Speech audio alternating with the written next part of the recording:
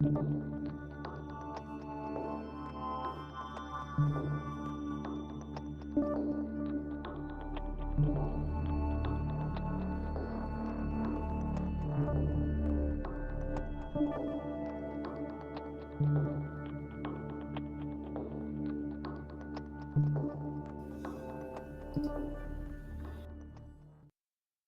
Rants on the Better Sports Network.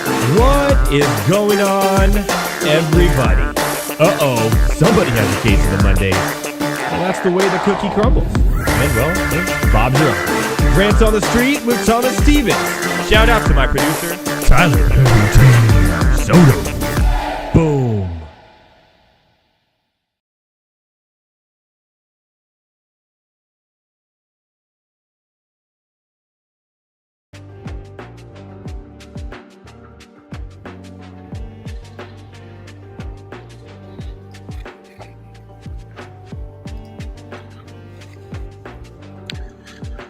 Woo. What is going on, everybody? Welcome to Monday Night Rants on the Better Sports Network. I am Edward Rouse at Edward Rouse at all your favorite social media platforms as always. Whew. It's been quite the week, let me tell you. I hope everyone had a wonderful 4th of July holiday and weekend. I know a lot of people took Friday off, had a nice 4-day weekend there, spent time with your families, didn't blow yourself up. Hopefully nobody is watching this show currently from a hospital bed. One can hope. But what a weekend of sports we had. What a week of sports we had. We are now in what I like to call the dog days of sports summer. NBA is behind us. NHL is behind us. NFL in their kind of after the mandatory mini camps, kind of in their little off season right now as well for another month or so till August kicks off. So here we are. Not a lot going on. We got the All-Star game, which we're going to talk about tonight. We're going to talk about the rosters, a couple of things I've noticed, and our biggest snubs. NBA free agency. We're definitely talking about that tonight. A lot has happened over the last week. New faces, new places, right? And a lot of soccer right now, or football, if you will, going on between the Copa America and the Euros. We are almost down to see who is going to take home each individual championship. Spoiler alert, the USA is not one of them. More on that later. And the NFL. I mean, we have about 4 weeks here until everything is NFL again, and we're right back into it. And next thing you know, it's September, and the football season has started, and here we go again. So the dog days of sports summer is here, baby. We are here on Monday Night Rants.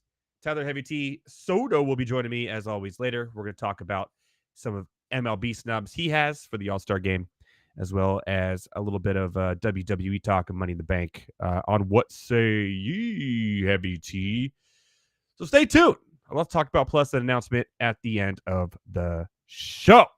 So without further ado, and I mean ado, let's jump into the rant lines. Rant lines. Why is this different? I hate when stuff is different. It drives me crazy. There we go. Much better. Feel free to get in the chat as always. Shout out, ask questions, disagree, agree, have funny comments, whatever it is. This is streaming everywhere on YouTube, on Facebook, on Twitter, on Twitch. So feel free to jump in the chat. I can see all the chats all around the world from anywhere you are watching this show. All right, we're going to jump right into the NBA free agency because it is the biggest thing going on right now in sports. Unless you're a big soccer fan, I guess. But here we are. Kind of one of the weakest NBA free agency classes we've had in a minute. Pretty similar to how weak the NBA draft was. The NBA draft was so weak. Do you even remember who got taken first or second or third? No. Because everyone is only talking about the guy taking third to last in Bronny James. That is it. That is it. I can't remember a year where so much was on Bronny James, a player taken almost last in the draft. And the 2-day thing was absolutely horrendous. 2 days. Did anybody even watch the second day? No. I looked at my phone, it was over. It was only like 4 o'clock here. I was like, what is happening here? What is happening here? But we do have some players who have found new homes in free agency. As always, a lot of the big names stayed. Obviously, LeBron James is staying in LA to play with his son. If his son plays and doesn't end up in the G League, we'll see. 2-year, $104 million deal for James. Took a little bit of a pay cut here because he wants more around him, which is fair because the one thing that has been needed of the Lakers over the last couple of years is players around LeBron and Anthony Davis. They haven't really got it. They don't have that piece yet. So we'll see how I guess Austin Reeves kind of surprised, but we'll see how it all pans out. But not my favorite here to win the NBA title next year. That's for sure. Tyrese Maxey staying with the 76ers. 5-year, $204 million extension. Well-deserved for the young guy. Love his game. And here we have the 76ers now with Embiid, Tyrese Maxey, and Paul George. A big three, if you will. And I got questions because this big three thing has not worked for a minute now.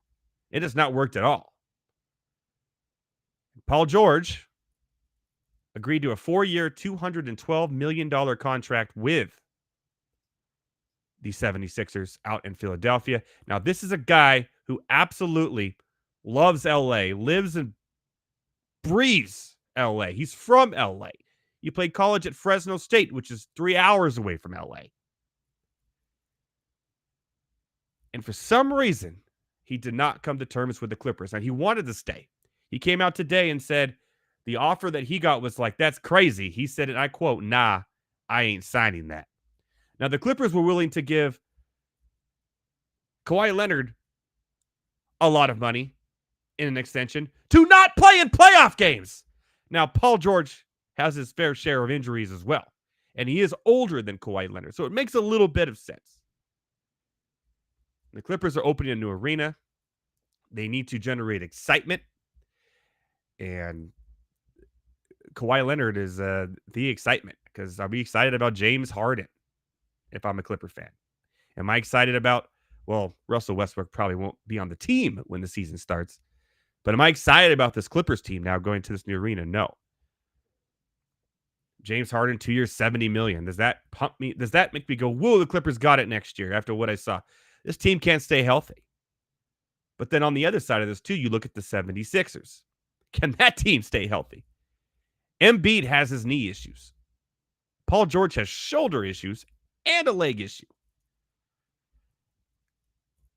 So with all these aging players signing these, 4 years for Paul George? He's 34 years old. 4 years, $212 million deal.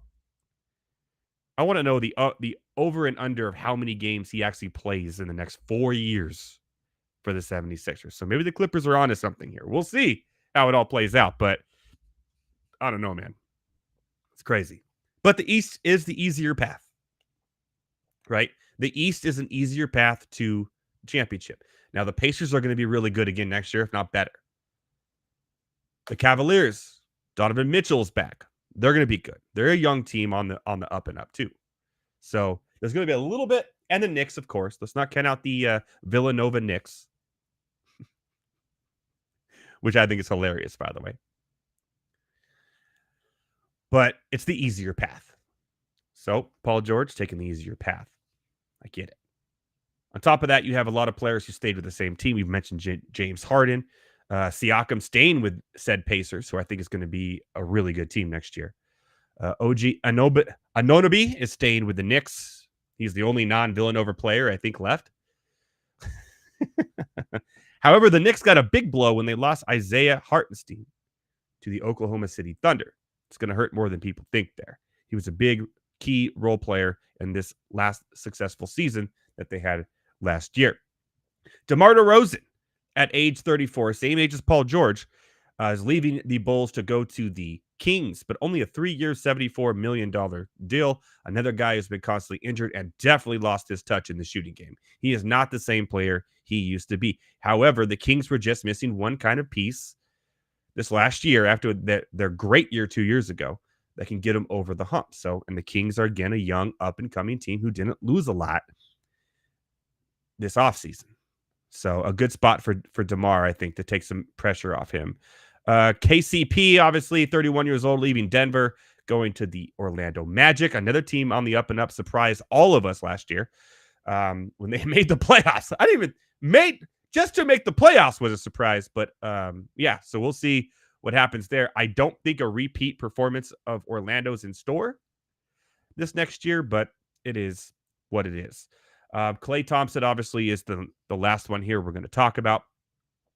Leaving the Golden State Warriors. The big three is done, but to be honest, the big three has been done for a couple of years there in Golden State.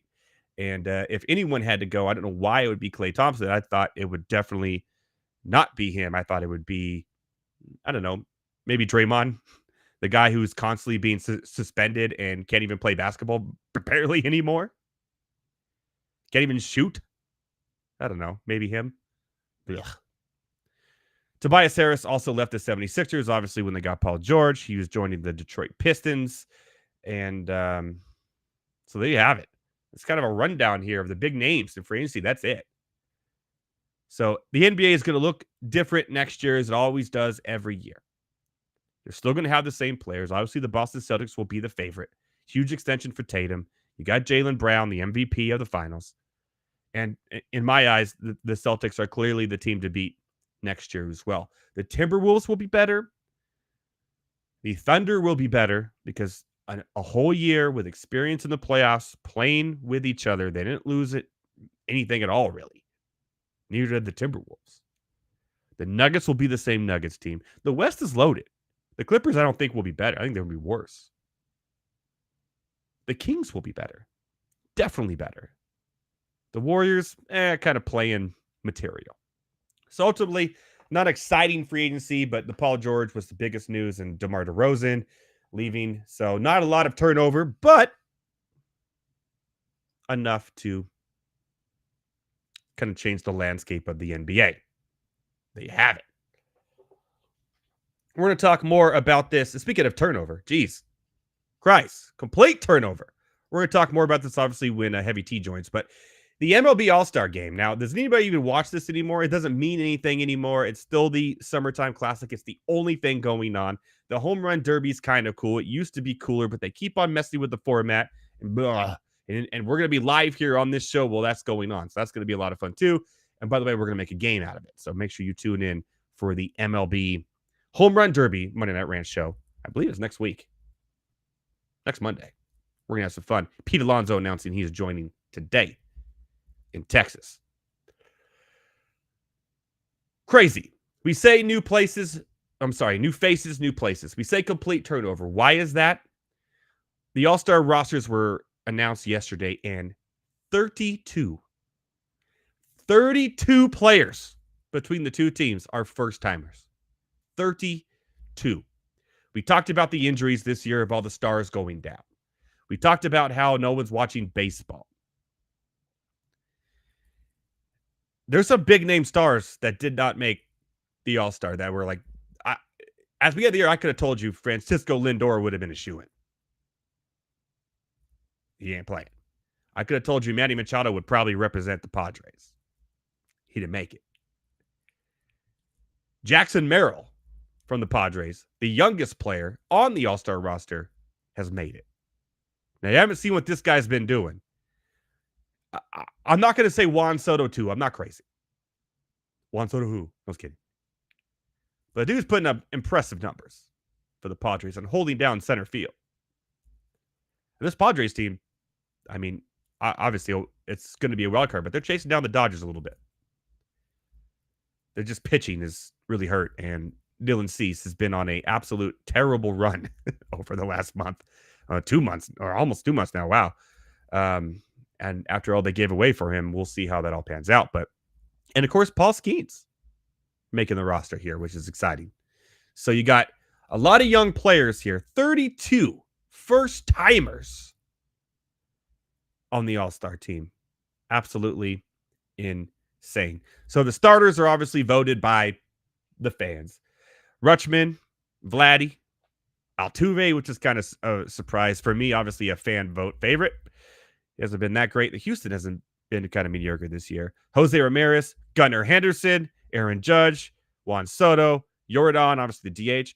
But Stephen Kwan, if you haven't been watching Stephen Kwan play baseball, and by the way, this Cleveland Guardians team right now is really good.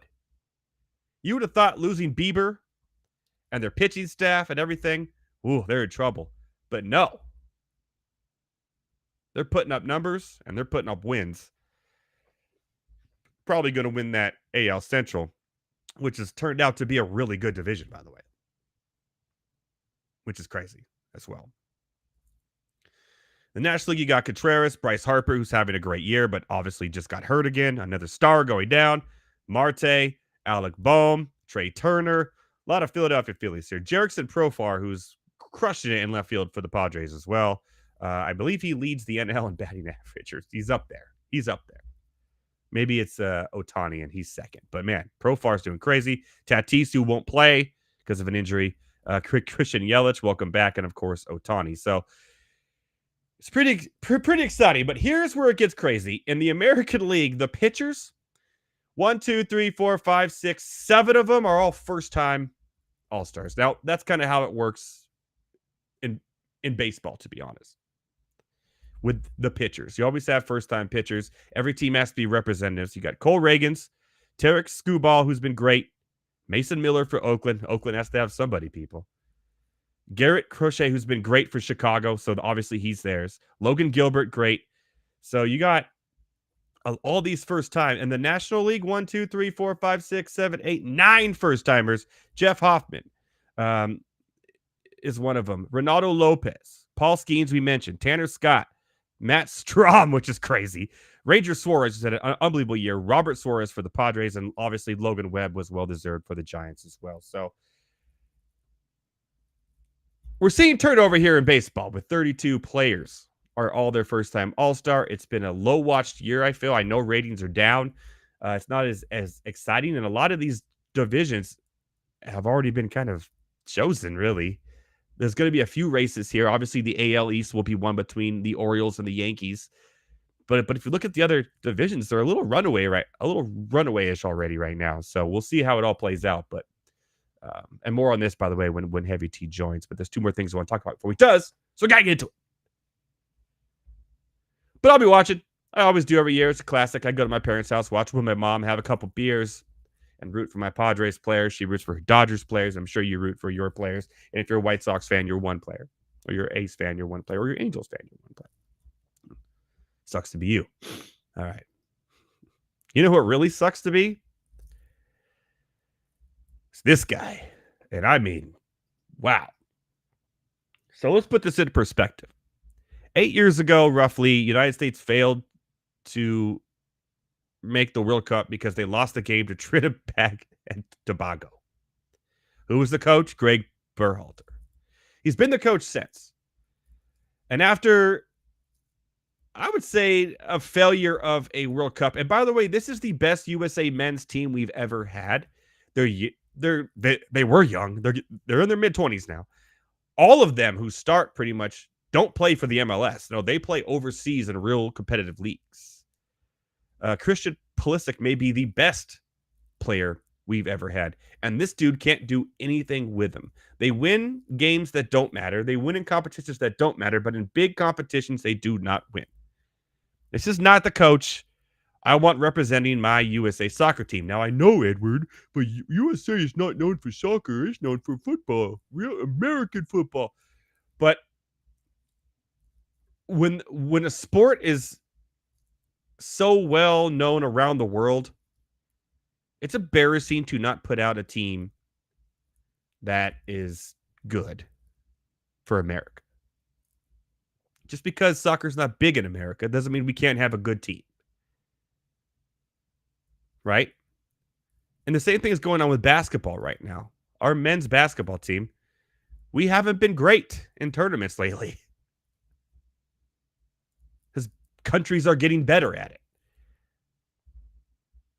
Our American football team, we're talking like NFL football team, lost to Austria last week, our under 20 team lost in a tournament to Austria in football. These other nations are catching up on the sports that we're really good at. Canada has been better than the United States in hockey for forever. So how long until there's other nations, especially with flag football now in the Olympics, we could lose flag football to Germany?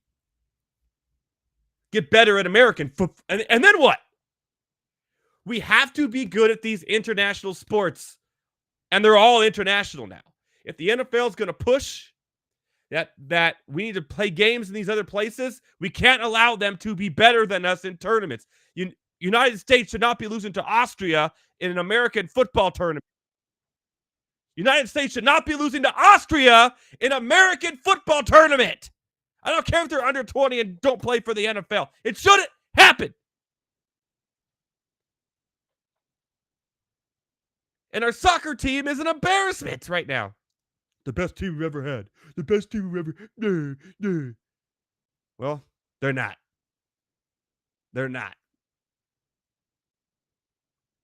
I don't care that Uruguay beat Brazil and they're moving on to Copa America. All I care about is we couldn't beat Panama.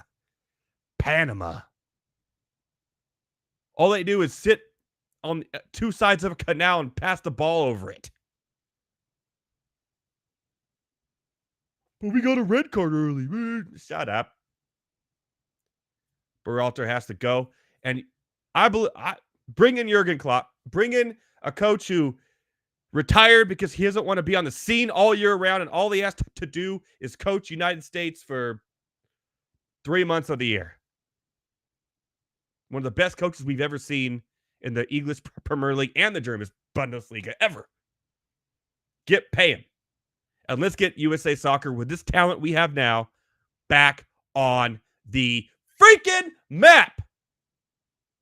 Because if we lose the NFL or the American football to Austria, we got to get something back here.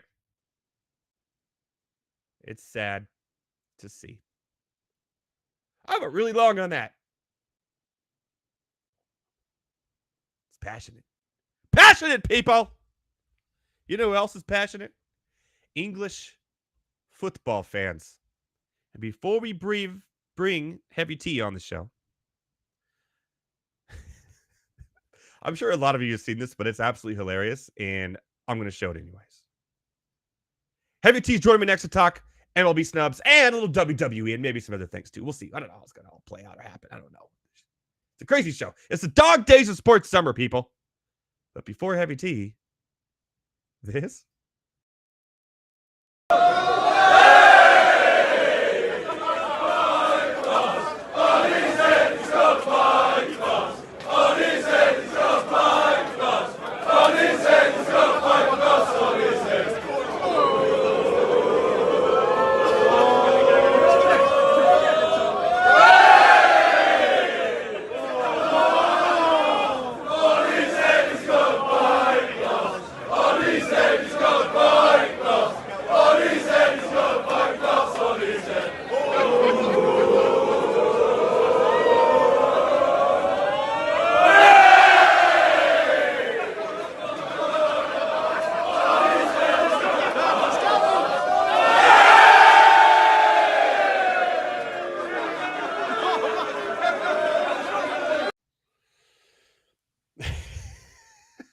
It's a celebration, Heavy T.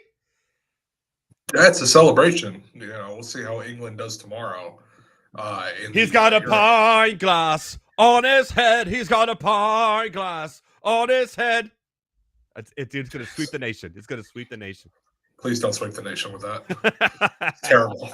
Have you ever been in a situation like that poor English fan?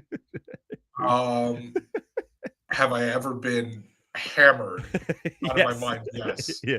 On plenty of occasions. Including, I think, last weekend. Oh, okay. And have you ever had hundreds of friends around you doing stuff to you like that?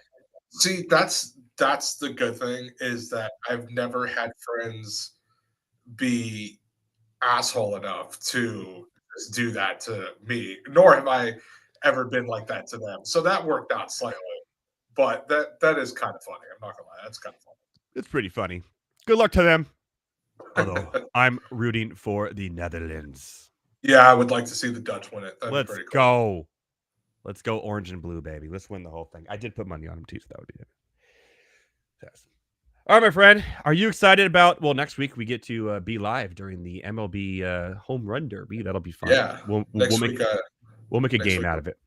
That'd be pretty dope. Home Run Derby. We'll have to pick some winners because I believe we are a week out and they still have to find 3 people. Yeah, we got Alec Boehm's going to be there. I've seen Pete Alonso. Polar Bear, yeah, Pete Alonso. Yeah. I know there's another one. You know what? I'm going to be honest real quick.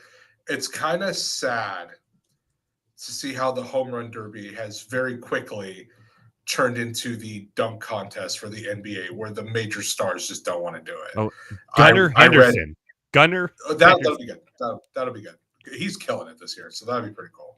Yeah. But I read that I believe they asked. Oh, and Bobby Witt Jr. Yeah, that'll be all right. I believe they asked Judge, Soto, and Ohtani if they wanted to do it, and all 3 of them declined, which I thought was hilarious. Is there anybody on the Rangers who could be a hometown hero in this? Is there? I wouldn't care. Like, none of the Rangers excite me. The way they are playing this year shows that championship last year was an absolute fluke. We've talked. And if the Arizona Diamondbacks would have won, we would say the same thing too. I mean, a little bit, yeah. I mean, the Diamondbacks are slowly starting to turn around, but yeah, they're not that much better. The Rangers are awful. They're just not good. There's a huge turnaround in baseball happening right now, if you believe it or not. Huge turnaround. 32 All-Stars are first-timers this year. Yeah, I'm going to be real with you. I thought that was pretty cool. However, there were some really bad snubs this year. I think the one thing that baseball has to get away from is that every team has to have a representative. Not every team has to have a representative. Oh, but your Anaheim Angels, man, they have the best representative. Well, I'll be honest. Don't get me wrong. I'm happy for Tyler Anderson. I'm glad he got the All-Star nod. He is not the one that should have got the nod. And who should have been? So if we'll get onto the snubs list, I guess. So yeah, let's go. My first one is it should have been Luis Rengifo. However, he is currently on the IL, so I will bypass that. The second one, who is my snub, I have 6 snubs, 3 American, 3 national. Damn. All right. Yeah. Logan O'Hoppe. That dude needed to be on the All-Star team. 275 average, 12 home runs. I don't know if this is still technically. The problem is he plays a position that doesn't get a lot of players on. That's only 2 catchers, but I mean, he needs to be there. He has very quickly become one of the better catchers in the American League. Yeah. Yeah. Great trade with the Philadelphia Phillies on that one. The Angels. Amazing trade with the Phillies. It's kind of weird because they have Real Muto. So it's not like O'Hoppe was going to get called up anytime soon. But I wonder if they're going to look back and regret. I wonder if any of them actually regret it. Because don't get me wrong, I like Brandon Marsh too. And he was a great addition to Philadelphia. But if O'Hoppe turns into what he's currently on pace to become, it was a steep trade. So we'll see what happens with that. The second one, I'm going to go to the pitcher side. He's the only pitcher on my list. Ronel Blanco. I have 2 pitchers. He's one of them. Yeah. This dude is a 2.53 ERA, 88 Ks, casually tossed a no-hitter. Okay. On our show live, actually. Yeah, during the second day of the season or something like that, second or third day. And he did not get in. What's the point, man? There's 2 other starting pitchers, who I think we're absolutely snubbed. And that's George Kirby for the first place Mariners right now, who's 3.39 ERA, 1 WHIP, and 109 strikeouts to only 11 walks. Yeah, that's pretty damn good. And also Joe Ryan for the Twins, surprisingly. Joe Ryan was on my long list. He's not on my short list. But he has 118 strikeouts and only 16 walks with an under 1 WHIP, and both those guys definitely deserve to be in. But you're right. Because they have to select one player from every team, I think they kind of drop some of these guys away, It's kind of crazy because if you put in O'Hoppe and you take out Anderson, there's 1 pitching slot open. And any one of those guys get it. Who was the second catcher that after? Oh, it was Salvi. Salvador. That makes sense. He's having a decent. That's tough beating the American League, and those 2 catchers are ahead of you. That's like, I mean, they're probably the 2 best catchers in baseball right now. Yeah, So Rutschman that's is kind of tough. so damn good. I don't know about baseball. I'll say the American League, but I don't know about baseball as a whole. Yeah. Because Contreras over there in Milwaukee, he's pretty damn good too. Yeah, I don't think he's as good as those two, but yeah, okay, yeah, okay. All right. The third one, which is my most glaring omission from the American League, Anthony Santander. This Yeah, dude is that's batting dumb. 235 with 23 home runs. Why is he not an All-Star? Mm-mm. And I get it. I don't remember off the top of my head who made the team, but I get you already have Rutschman. You probably have a couple other Orioles in there. There's a lot. Santander needs to be on that list. I'm sorry. So flipping over to the National League, two of the guys I have of the three mentioned are on the same team. That is Francisco Lindor and Brandon Nimmo. Yep. Both of those dudes should be All-Star. It's really disappointing that the Mets, who have actually kind of had a resurgence in the past 6 weeks, only have one All-Star, and it's Pete Alonso, who's probably the worst of the three people. Well, Lindor did start off very slow. So did the Mets. So yeah, this probably has a lot to do with it, but he's been scorching hot over the last 2 months. Yeah, he picked it up. He deserves to be there. He's a 250 average. He's doing pretty good. But the biggest omission, and I think this is one that everybody agrees on, and I'm kind of hoping he gets added as a late addition, Christian Walker of Arizona definitely needs to be an All-Star. 268, 22 home runs, and he's not an All-Star. That's a crime. That's an absolute travesty. But, I mean, I do appreciate the fact that MLB put out a bunch of first-time All-Stars, but Christian Walker is a very glaring omission. Another one for me is Bryce Terang from the Brewers at second base. I did see his name pop up a lot. Yeah, he's hitting 280 with a 350 on-base percentage, and he has 29 stolen bases. Yeah, maybe should have been on the team. Yeah, just a little bit. Yeah, maybe should have been on the team. But here we are. I will ask you one question. Okay. I'm kind of on the fence about it, and I think I have more. I think I lean a little bit more that he should be on the team. What do you think about Paul Skeens? Should he have made the team or no? Yeah. Okay. I think I'm just slightly on the fence with it, but I think I'm more he should be in as opposed to him not. Were there any other Pirates that made it? Off the top of my head, I do not know. I don't think so. Well, then, yeah, he could have been the lone representative. Did O'Neal Cruz make it or no? I actually don't know. No. Okay, I wasn't sure. He's a great fantasy player, but when you bat 180, is he only batting one? Okay. Yeah, he's never going to be known for his batting average. That's for sure. So yeah, I did not realize. Let me see if anyone else here from Pittsburgh made it. I don't.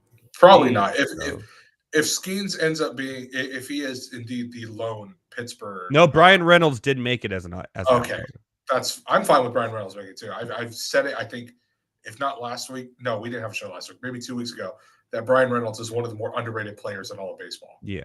So I'm fine with that. But yeah, those are my snubs. Walker and Santander, the two glaring omissions. I think the pitching between Logan Gilbert and Joe Ryan were crazy, and Lindor, obviously, and Bryce Terang should be on it as well as an infielder. But hey, not everyone can make it, and if they change that rule, maybe they will. But then if you're an Oakland A's fan, then who are you going to root for? I don't care. Although I will admit there is one A. I actually don't know if he made the team or not. I don't think he did. Brent Rooker has quietly been having a very good year. So no, I believe the A's representative was a pitcher. I believe you're right on that too. Now that I think about it, so I did watch the selection. Which, when you don't know, it's always a relief pitcher. Like it. That's true. Yeah, I mean. I would have put in Brent Rooker over that relief pitcher, but I get you have to balance it out. The White Sox were just lucky enough to have a starting pitcher have a really good year. Yeah, Garrett Crochet's he's having a pretty good year. Yeah. For Oakland was Mason Miller, and it's his first. All right, well at least they got someone with their first, but Brent Rooker was also on my long list, very quietly having a very good year. Yeah, good fantasy. He's having a good enough year to where I think he's gone at the trade deadline. Yeah, there's going to be a lot of A's. Obviously, Esteuris Ruiz, they just need to trade him. If they're not going to play him, trade him and get something for him. Brent Rooker would be another one as well. The A's need a lot. Chicago is. I think they're going to just get rid of House. I think Lou Bob's gone. I think Eloy's gone. Probably Garrett Crochet is probably gone. Well, isn't Crochet like a younger, like a closer to a rookie than anything. Yeah, he is. But there's already Yeah, I teams don't. like the Dodgers looking at him, and if they're willing to. I doubt Chicago gets rid of him. I mean, if we're talking like Crochet, I know he's definitely on the younger side.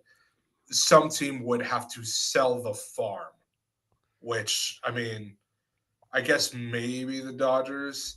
But, I mean, that's a funny thing real quick. So going to the Dodgers real fast.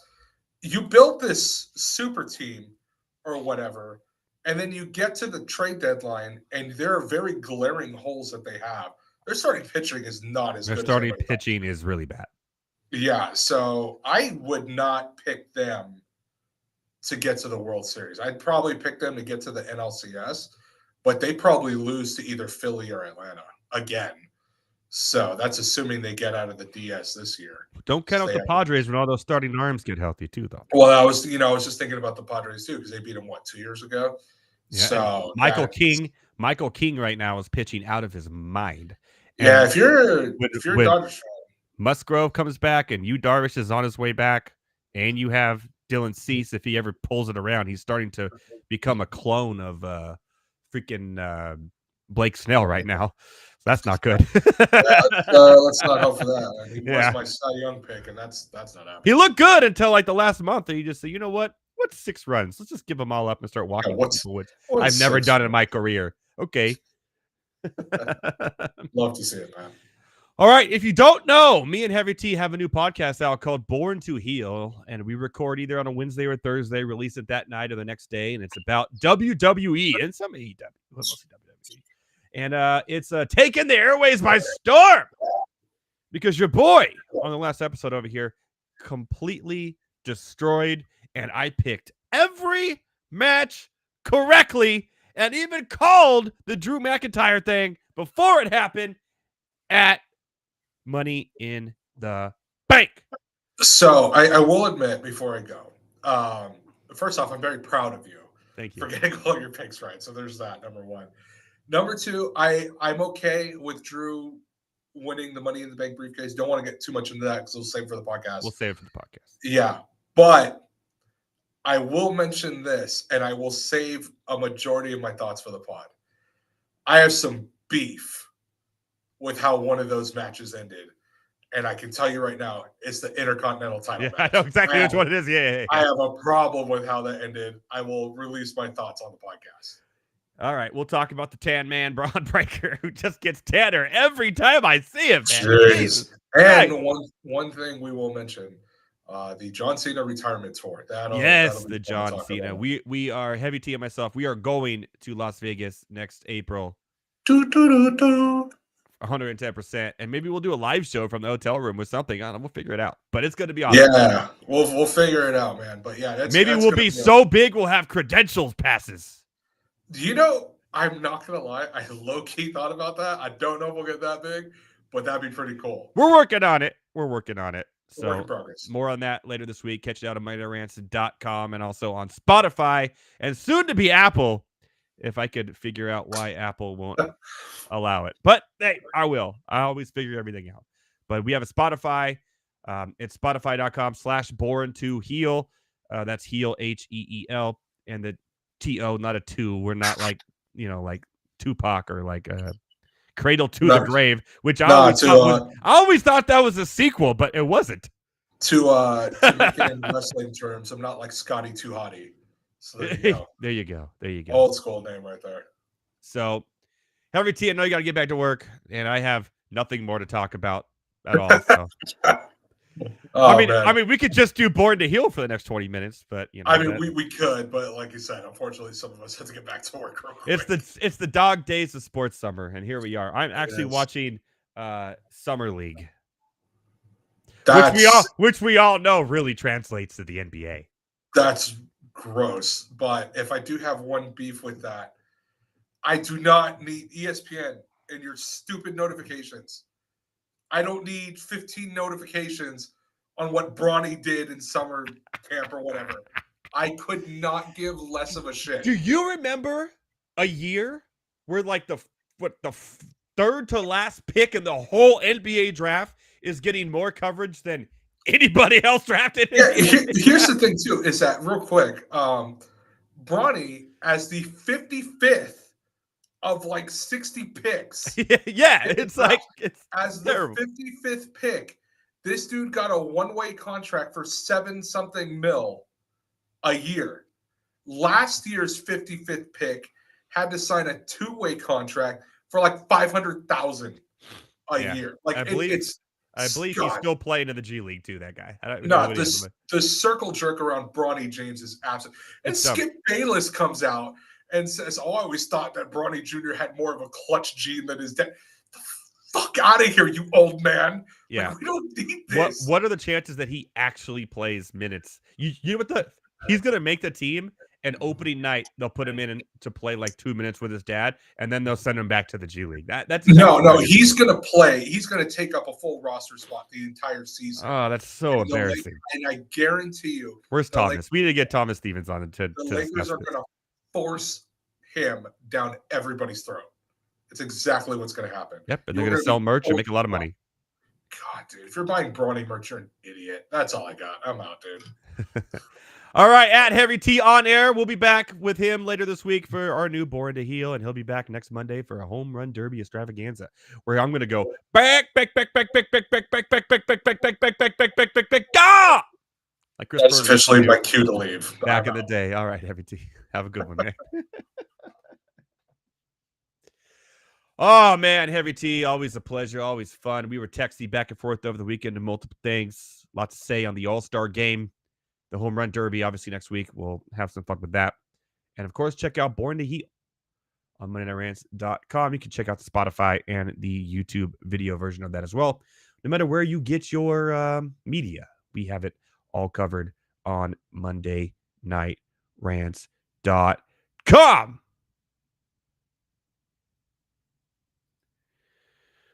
Well, one more thing to do before we call it a merry adieu. And I will. But first, if you're starting a dynasty startup right now and you're getting ready, excited because it's the dog days of summer, and you want to say, hey, I want to start up the dynasty now. Now, if the draft is over, now if there's really nothing else going on, all the NFL players are on vacations. Travis Kelce's out doing jumping up on stage with his fiance. I guarantee they're fiance by now. They have to be. Or his boo, Taylor Swift. You say, hey, guys, we're going to get a group of us together. We're going to start a dynasty league, a dynasty startup. I can't think of a better place to do that than the FFPC, and neither can Coop. Here's why. Is Dynasty. And the place to play is myffpc.com. Go to myffpc, use promo code COOP. They'll give you $25 when you deposit $35 or more. Now is the time to get in there and get set up with a startup draft. Now is the time, now that the rookies and everyone are set, because you can go in and you can start the draft and, you draft your Justin Jeffersons and Jamar Chases. And now that we know where the rookies are and where they're landing, you get going on that. So you want to try and set a startup draft for this week coming up if you're not involved yet. So go get involved. Use the QR code here or use the promo code that's in the link in the description here and get yourself going on Dynasty so you can really enjoy these players and draft the players you believe in. If you like Michael Penix Jr., you got to play Dynasty because you got to wait for him, but the payoff is big. And same with like Persall and Jackson Smith and Jigba and all these guys. Get in and do that. And I'll tell you what, the orphan leagues over there that we've been talking about, those all got bought up. They're actually all sold. People from this show I know took over a bunch of them. So right now, startups is the way to go. That's the way to rock and roll. It is startup season. Startup season and rookie draft season. That's what's up. Get set up at myffpc.com. Use promo code COOP. They'll give you $25 when you deposit $35 or more and give you a leg up. No dealing with chasing around your friends and making them pay dues and having your buddy be like, oh, dude, I got to quit the league because I got a dog and I can't pay attention no more and I don't want to do trades. Forget all that. You can play online, MyFFPC, high stakes, low stakes, whatever you want to do with experts. And if somebody leaves the league, it goes in that orphan pool and somebody picks it up. The league has never been disbanded on FFPC.com. That's directly from Eric Bachman over there. Has told me that. So that's what's up. Get set up. Yes. Get set up at the FFPC. Rewind. If you're on your mobile, you obviously can't use the QR code. I get it. But there's an address, a URL, and promo code COOP to get you set up. I play Dynasty over there, and I absolutely love it. So we are getting to the point where there's more and more NFL fantasy football drafts. I've already done 2 of rookie first-time drafts because I'm in 2 Dynasty leagues, one of them at the FFPC. And I've already picked up, and I traded all my first seconds away to try to win it. So I really was left with not a lot at the end. But last year I drafted Puka Nacua in the 4th round. So we'll see how it all works out this year. Worked out pretty well.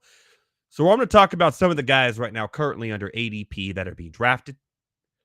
And if I like them where they're at, if I don't like them where they're at, what are we going to do with them? Where would I rather want to be as drafts start to get exciting? Last year, for some reason, I had a ton of firsts. I was the first pick in a lot of drafts and redraft. I went Justin Jefferson and all of them. It came back to bite me in the butt. 2 years ago, I was a Christian McCaffrey guy. But the first overall pick is not my favorite. Neither is the end of the snake. I don't like that either. I've found more and more of these trophies you see up here that I win for playing fantasy football is more and more, I like being in the middle. Being in the middle, I think you have more opportunities because I think your mindset when you're at the snake end of it is like, I have to go 2 and 2, right? You're not going to take 2 running backs. You're going to go, I'm going to take a running back and receiver. Or I'm going to go running back I'm going to take McCaffrey first. When it comes back, take 2 receivers. But being in that middle, I think you have a little bit more options about what you could do and how you could get the draft to come in your favor. So I like that 4, 5, 6. A lot of people hate it, but I've loved it. And right now, if you're looking at that in that 4, 5, 6, because obviously this is the year of receiver. And it's been trending that way for a long time. The last couple, 3, 4 years, receivers are going like crazy, but receiver is actually really, really deep. Running backs are not deep. And no, I'm a little old school when I say this, but there's only a handful, and I mean a handful of running backs who will have the majority of touches for their teams. A handful. And then you're splitting hairs a lot after. So being in that 5, 6, you can kind of see how the draft goes. Obviously, McCaffrey's going to go in the top 3. But after that, you kind of look at it and say, okay, I'm in the middle of the draft. I'm looking at probably Amon St. Brown at that point. A.J. Brown, Puka Nacua. Now, can Cooper Kupp stay healthy? And by the way, remember, having that top receiver isn't a guarantee either, like Justin Jefferson was last year. Jamar Chase last year was consensus number 2. He got hurt. So the injury plays a part in everything. Just because receivers are putting up more points than anything, they're not prone to injuries either, people. Plus, who's going to throw the ball to Justin Jefferson? Sam Darnold? I mean, yeah, he's a gunslinger, and if he is the quarterback, I'm actually going to be higher on Justin Jefferson than Bo Nix. Sorry, not Bo Nix. J.J. McCarthy. My bad. I'm not touching Denver with whatever the longest pull I could absolutely find. I am fading Denver players in fantasy unless the value is there for me whatsoever. Because Sean Payton has ruined the franchise, and even from a fantasy perspective. Bijan is going to be a very popular pick in this spot because obviously Kirk Cousins, you have, a whole new offensive scheme there in Atlanta. You got Drake London, Kyle Pitts. A lot of people are high on him this year, thinking of resurgence because Kirk Cousins. Kirk Cousins does target the tight end more than most quarterbacks in the league. So I get that. But Kirk Cousins is also aging and coming off a really bad injury.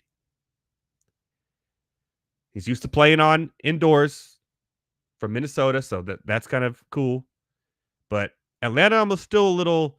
Drake London could be a little bit of a value here, but I really think that after what I saw from Breece Hall towards the end of the season last year, that in this spot, I will have no problem taking Breece Hall in a 5-6 or like right in the middle of the draft which is right now his ADP is 8.3. Taking him as my number one running back in the first round because he's going to get all the touches. They got nothing after him. And he can catch the ball out of the backfield. And I think he was RB1 the last 3 weeks of the season. And that was with Zach Wilson or whoever the hell was starting for New York at the end of the... I don't even know. But Aaron Rodgers coming back, he's not the gunslinger. He's going to... Breece Hall is going to play a huge part in this offense. So I kind of like him there at that spot. And then when I come back around again, that's when I look at Drake London at 14.6 ADP. I think he's wide receiver 1, and he's going to be targeted the most out of any receiver with Kirk Cousins throwing the ball. Now I have a wide receiver 1 for Atlanta who's going to be more explosive on offense, and Breece Hall, who I think is going to be the focal point of the Jets' offense. And they can kind of build from there. Because those are my options, the way it kind of plays out. If you don't like Drake London there at 14.6, you also have Chris Olave, who I'm not excited for. Obviously, the Brandon Ayuk situation. But let's not count out Davante Adams right now. Davante Adams last year was a top 10 pick. 2 years ago, he was up in the top 5. Aiden O'Connell or Uncle Rico himself, I don't care. Both those quarterbacks, whoever starts, they're going to throw the ball. They're going to throw the ball. They may throw a lot of interceptions, but they're going to throw the ball. Zamir White is their top running back. The dude is not known for catching the ball out of the backfield. He's going to get his carries, but he's not that type of player who's going to change the passing game. The Raiders are going to need to pass a lot this year. Put up just chucking it down the field to keep up in games. Davante Adams at ADP at 19.3 is ridiculous because he's the best player on the team. And if Aiden O'Connell or Uncle Rico, as I call him, is going to throw the ball, they're going to target him. They're going to say, that's my best player. Here's how I win a football game or come back and win. I think Davante Adams has a really big year fantasy-wise this year for the Raiders. Targets alone. And he's undervalued at 19.3. Now, if you don't take that Breece Hall or Bijan or Christian McCaffrey, then you're kind of stuck with Jahmyr Gibbs. Jonathan Taylor coming off an injury.